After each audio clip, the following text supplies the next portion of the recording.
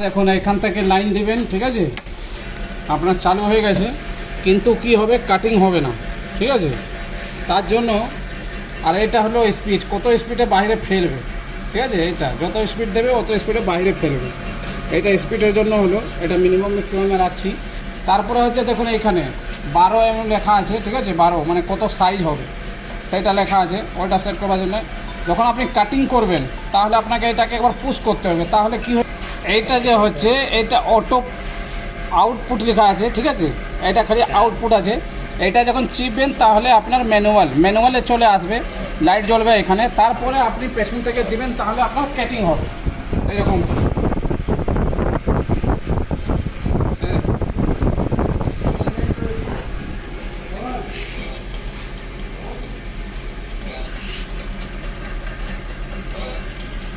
যদি আরও স্পিড করলে তাহলে আরও স্পিডে ফেলবে, এরকম বাইরে ফেলে দিচ্ছে।